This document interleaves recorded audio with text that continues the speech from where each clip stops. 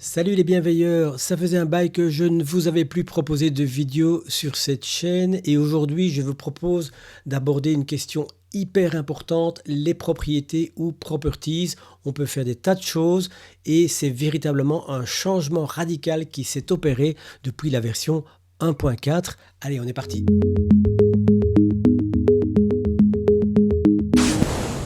Alors voilà, les propriétés ou properties, c'est véritablement quelque chose qui a changé radicalement la donne et moi ça m'a causé quelque part un ensemble de mises à jour de l'ensemble de mes notes. Alors comment faisait-on avant? Eh bien si je prends par exemple une note sur Jacques Brel, quand je voulais donner des informations, des métadonnées, j'utilisais des tags. Par exemple ici je disais c'était une note de type chanteur. Ça s'adresse à Jacques Brel qui est un chanteur. Maintenant, avec les propriétés, en fait, avant, elles existaient déjà et c'était dans la zone qu'on appelle de front matter. Et ça avait cette allure. Donc ici, sur les trois petits boutons, je clique sur j'active ou je désactive source mode. Quand j'active source mode, je vois la front matter zone, la zone d'entête comme elle l'était avant. Elle commence par 3 tirets, termine par 3 tirets et au milieu, je mets un certain nombre d'informations. C'est la syntaxe du langage YAML qui est assez exigeant, c'est-à-dire la moindre faute et vous avez une erreur et ça ne fonctionne pas. Donc on est tout à fait content d'avoir une interface nouvelle.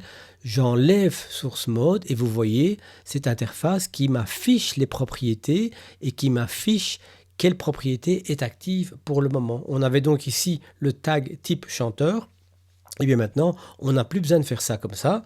On peut l'effacer. On a ici un type chanteur, type compositeur. Et vous voyez ici que j'ai donné deux types à cette personne qu'est Jacques Brel. Et on va donc maintenant voir, ok, mais qu'est-ce qu'on fait avec ça? Parce que c'est bien d'encoder, mais ce qui est intéressant, c'est de pouvoir retrouver un ensemble de personnes, un ensemble de notes dans lequel, par exemple, Georges Brassens, qui est un chanteur, j'aurais pu ajouter compositeur bien sûr, mais c'est pour faire la différence. Alors, qu'est-ce qu'on va faire avec ça? La première chose, c'est que je peux compléter l'information et on va mettre compositeur, par exemple. Compositeur. Vous voyez qu'il me le propose parce que cette propriété, cette valeur de propriété existait déjà.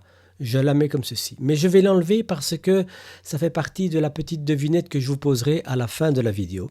On va laisser chanteur comme ceci, mais je peux ajouter une autre. On va dire par exemple nationalité. Et voilà, on va marquer française. On va l'écrire comme ceci. D'accord? Voilà comment je peux ajouter.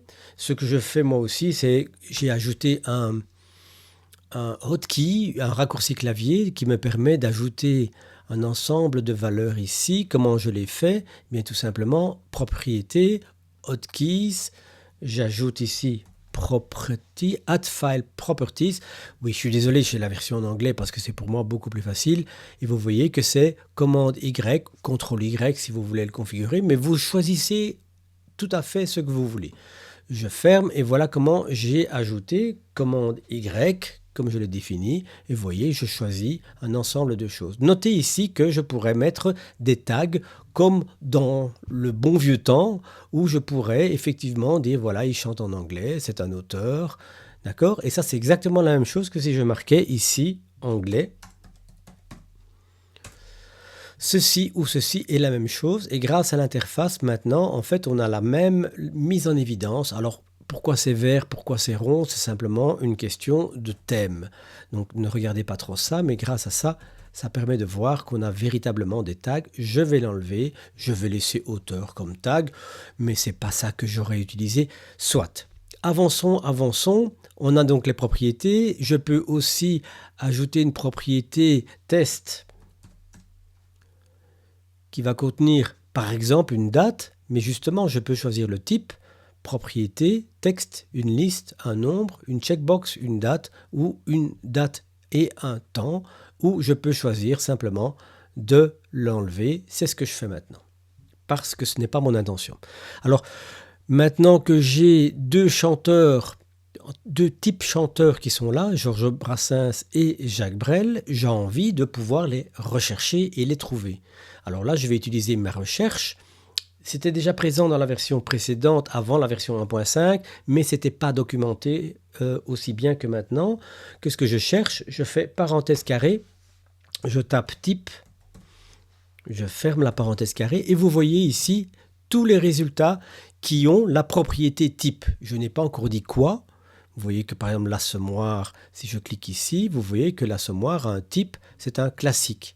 Notez au passage qu'il ne fait pas de différence entre type avec une majuscule et type avec une minuscule. Ici, le type est avec une minuscule. On verra ça tout à l'heure, ce qu'on va en faire. En attendant, toutes ces notes ont une propriété qui s'appelle type, quelle que soit la manière de mettre ou de ne pas mettre de majuscule. Alors, avec ça, on est déjà pas mal, mais je veux plus que ça. Je veux identifier les chanteurs. Je mets 2 points, chanteur. Si j'écris bien, ça va mieux. Et qu'est-ce que je vois? Georges Brassens et Jacques Brel apparaissent comme les seuls chanteurs de ma liste. Et ça, c'est déjà vachement intéressant. Alors, essayons juste pour voir un tout petit peu qu'est-ce qui se passerait si on ajoutait 2 chants. Je dirais un bon chanteur. Mon clavier, décidément, c'est pas terrible. Et vous voyez ici qu'il a créé une information chanteur, compositeur et bon chanteur. Si je mets, on va l'essayer d'ailleurs, on va aller voir là-dedans, on va créer personne une note et on va l'appeler Francis Cabrel.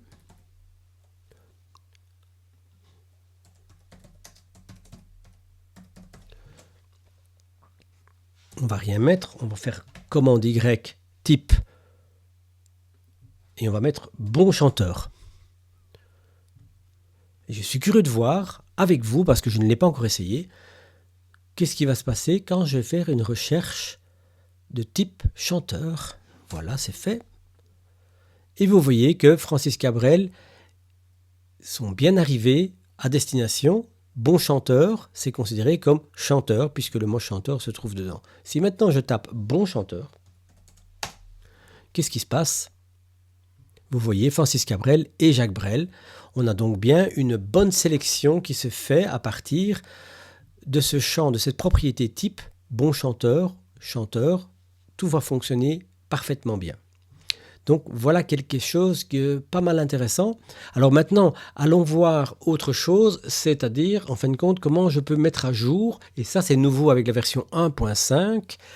Je vais aller voir ce que je peux faire, c'est que ici, dans la fenêtre de droite, je peux sélectionner une fenêtre globale avec les propriétés.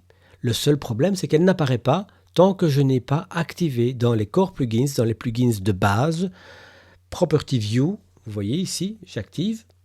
Et maintenant, quand je ferme, je peux aller voir, vous voyez la petite réserve, là, le petit dossier, qui m'affiche toutes les propriétés que j'utilise. Ici, pour le moment, j'ai utilisé type.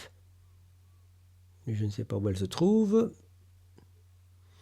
J'ai alias, année, et j'ai type qui va se trouver ici. Ce n'est pas classé par ordre alphabétique. Je vais donc classer par ordre alphabétique. Et voilà le type. Qu'est-ce que je peux voir ici? C'est que quand je clique ici, ça me construit une recherche exactement comme je l'avais ici. Notez la syntaxe. Ici, il a par prudence ajouté les guillemets. Et vous voyez ici de nouveau toutes les notes qui contiennent type. Je peux dire ici, attention à l'endroit où vous placez votre double point. Vous voyez bien ici que je l'ai mis à droite. Si maintenant je fais bon, tout simplement, qu'est-ce qui se passe? Francis Cabrel et Jacques Brel. Intéressant de voir qu'effectivement, il n'a pas voulu l'expression exacte.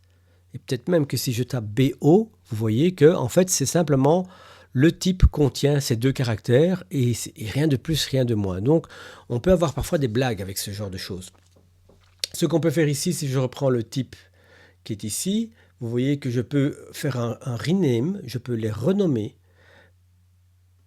Quand je claque ici, si je tape type avec une majuscule, on va voir ce qui va se passer. On va aller voir Francis Cabrel et vous voyez que pour Jacques Brel, il a tout renommé avec une majuscule. Ça, c'est intéressant. Ça veut dire que je peux changer.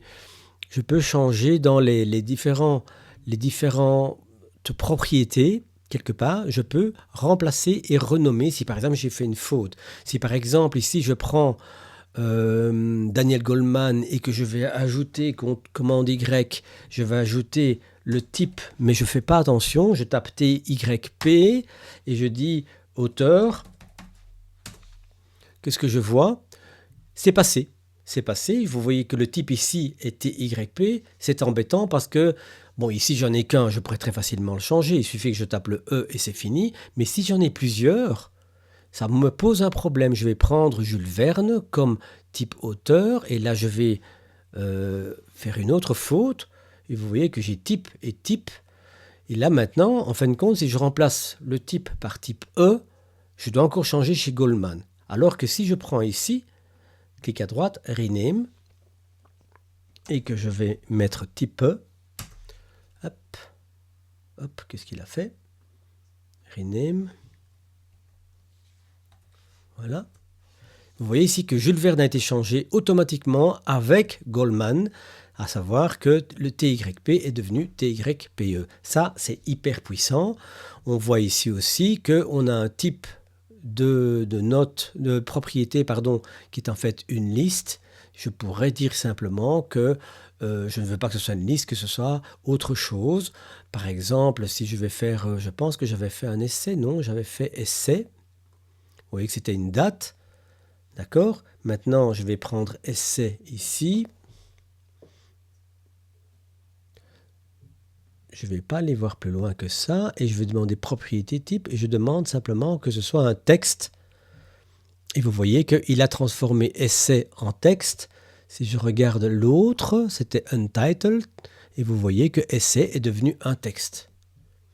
Donc, on peut changer à la fois le type et à la fois l'orthographe et ça peut être utile pour pouvoir travailler plus convenablement et pouvoir faire un petit peu de ménage, parce que mine de rien, alors bon, ici vous voyez bien, faites attention, n'utilisez pas les majuscules d'une manière inconsidérée, alors ou bien vous avez le choix de prendre uniquement des propriétés qui commencent par une majuscule ou tout par des minuscules, c'est comme vous voulez. Alors aussi, quelque chose à faire attention, évitez dans la mesure du possible d'utiliser des champs de propriétés qui sont composés.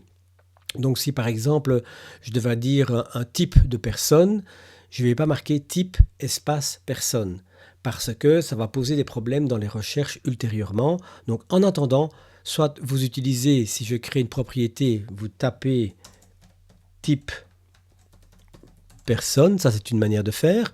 Une autre manière, si vous n'aimez pas les majuscules, vous tapez type-personne. Moi, c'est ce que je préfère quelque part, comme date mise à jour, type personne. D'accord? Et ça va être beaucoup plus facile parce que l'espace ici va nous poser problème dans nos recherches quand on va utiliser DataView, parce que c'est là que je veux vous emmener, bien sûr. Alors revenons à notre plan de l'exposé d'aujourd'hui.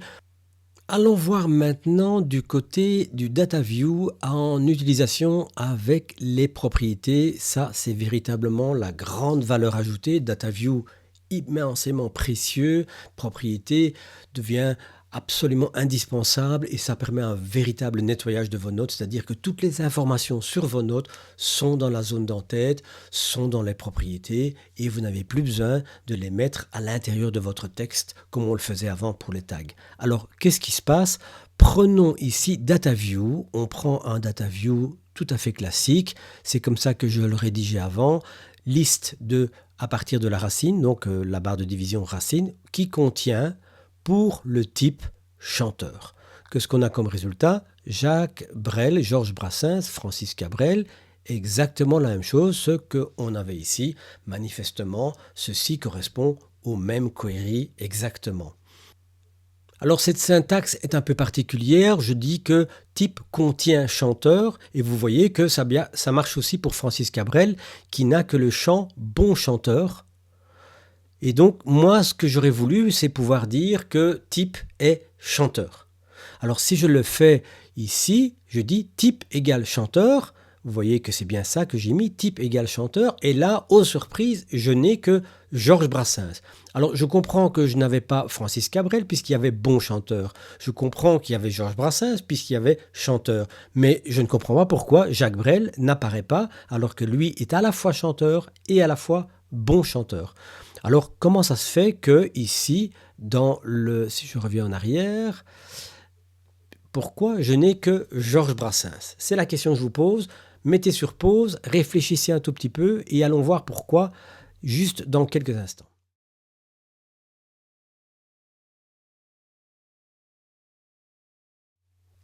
Vous avez réfléchi, vous avez trouvé? Eh bien, l'explication est à la fois simple et à la fois compliquée et je vous avoue que j'ai dû pas mal chercher pour voir, mais qu'est-ce qui se passe qui fait que ça marche ou que ça ne marche pas? Alors, allons voir tout de suite. On va voir ici, je vais ouvrir Jacques Brel. Over New Tab. Voilà, ici, qu'est-ce que je vois? Ici, je suis dans la vue normale. Je vais passer en mode source. Georges Brassens, je vais passer en mode source.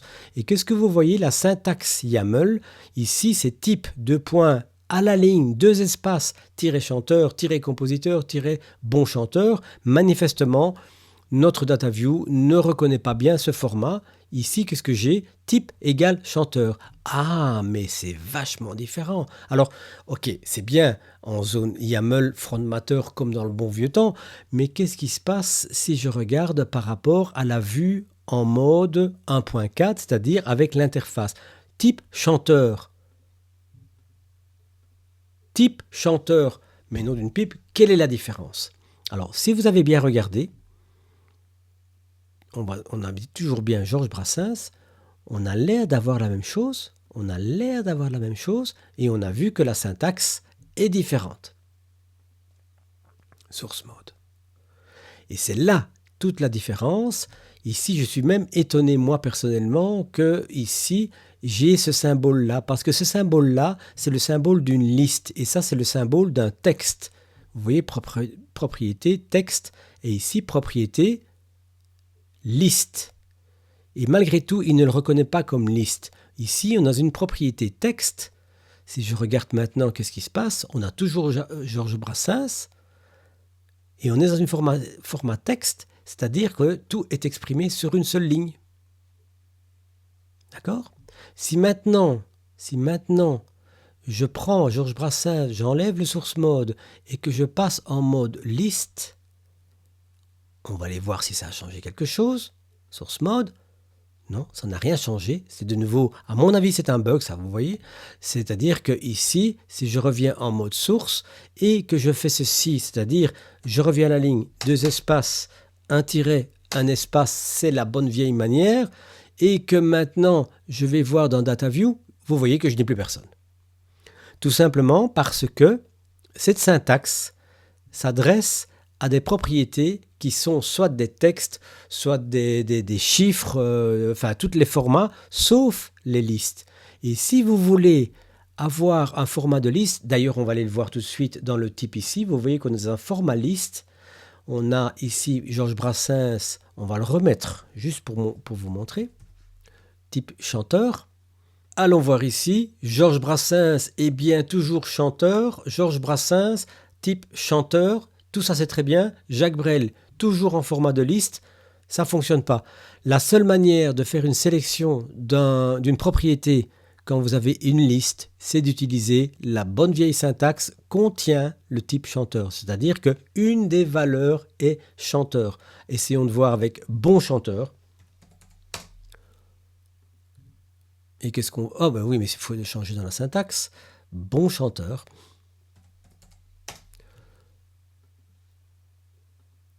Et vous voyez ici que j'ai exclusivement bon chanteur, c'est-à-dire une des valeurs possibles de la liste, c'est bon chanteur, chanteur ou compositeur. Et ici, on a bien Jacques Brel et Francis Cabrel.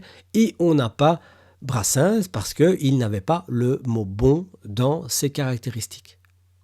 Donc vous voyez, ce qui est important de bien comprendre, c'est de bien utiliser. Alors si vous avez des valeurs claires, ce n'est pas un problème d'utiliser la syntaxe numéro 2. D'accord? Si vous voulez utiliser des listes, vous devez toujours utiliser contains. Voilà la loi, voilà la règle que vous devez appliquer et apprendre à appliquer. Naturellement, quand vous faites des data views, faites toujours des essais avec des données que vous maîtrisez de manière à pouvoir contrôler ce qui est en train de se passer. Donc on voit ici contains type bon chanteur. Et je fais faire or type égale chanteur. Qu'est-ce que ça va nous donner?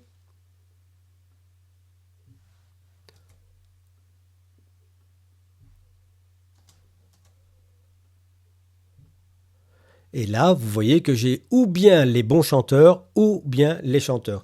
Sans aucune valeur par rapport aux chanteurs, je les aime tous les trois, donc c'est pas la question, c'est juste pour vous montrer les exemples. On a donc ici comme ceci. Alors ce que je vais vous montrer ici, on a Georges Brassens comme type chanteur. Qu'est-ce qui se passe maintenant quand j'enlève les guillemets? Pourtant, c'est qu'un seul mot. Eh bien là, quand j'enlève les guillemets, le data view se perd complètement et ce critère semble n'être pas interprété. Il n'est pas pris en compte, tout simplement. Donc, il est important de mettre chanteur. D'accord? On va quand même essayer pour vous montrer. On va mettre bon chanteur. Alors, est-ce que ça va marcher, vous pensez? Eh bien non. Pourquoi? Parce que bon chanteur est dans les notes qui ont des listes. Vous voyez, type, la petite croix veut dire chanteur, compositeur, bon chanteur, trois valeurs différentes. Georges Brassens, il n'y a que cette valeur-ci. On regarde dans source, on voit qu'on en est là. Si maintenant, je reviens à la ligne espace, espace, tiret, espace, on a forcé avec le format manuel à prendre le type comme étant une liste, ce qui est normalement la règle, d'accord? Et quand je vais voir dans Data View 1, j'ai quoi? Ou type chanteur, je peux même enlever ça. Maintenant, je pense que ça va être fini. Type chanteur, pourquoi est-ce que je n'ai pas Georges Brassens? Type chanteur, hop, source, type chanteur. Ça m'a l'air bon pourtant. Type chanteur. Je vais revenir en arrière.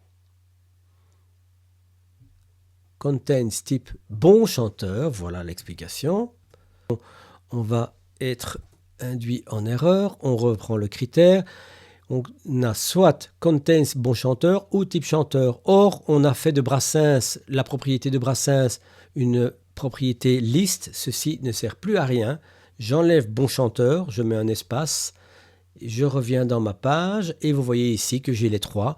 Pourquoi? Parce que j'ai fait une requête à travers une propriété de type liste et donc je dois utiliser contains pour dire ça contient. D'ailleurs, c'était le cas avec les tags auparavant, je pense, mais c'est pas trop important.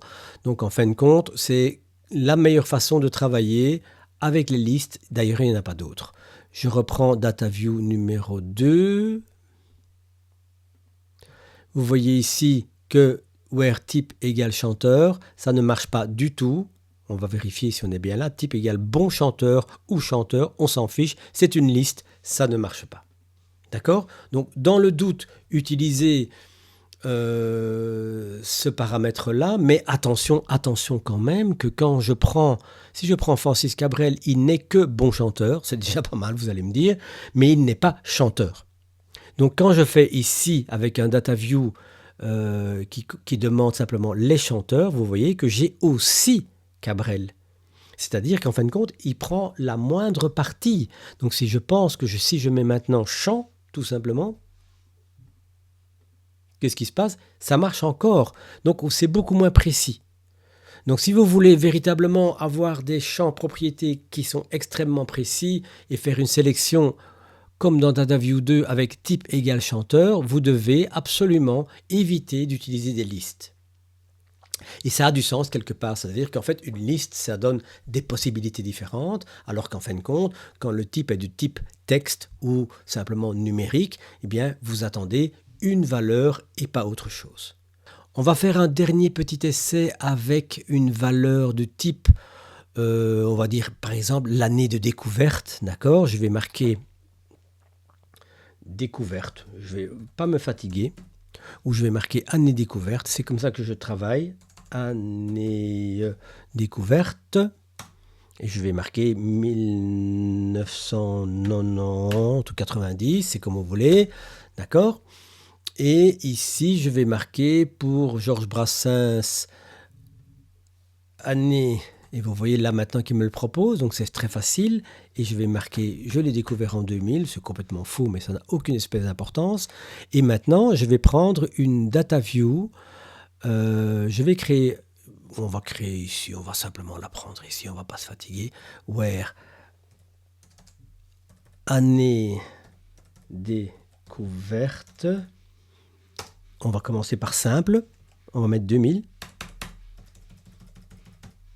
Normalement, on devrait avoir Brassens, si je m'abuse.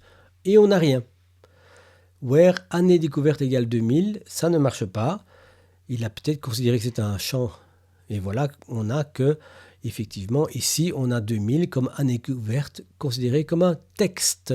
Qu'est-ce qu'on va regarder ici ? On va repartir en mode normal, année découverte. Ici, je vais dire propriété type est un nombre. Et vous voyez que là, il râle parce qu'il dit, voilà, écoutez, j'ai un problème. Vous voulez changer le type ? Oui, je change le type. Maintenant, c'est un nombre. Je vais prendre, je ne sais plus, c'était Jacques Brel, non, c'était Cabrel. C'était Cabrel, sans doute, que j'avais une année découverte. On va ici maintenant regarder ce que ça donne en source mode. Et vous voyez ici qu'il râle. Pourquoi ? Parce que c'était auparavant une chaîne de caractères. Et là, maintenant, on a en fait un chiffre. En tout cas, on a forcé le type comme étant un chiffre. On a donc un petit avertissement ici. Je clique ici. Est-ce que vous voulez changer le type ? Oui, je veux changer le type. Et maintenant, c'est un chiffre. Je peux donc aller voir là-dedans et je vais regarder qu'est-ce qui se passe.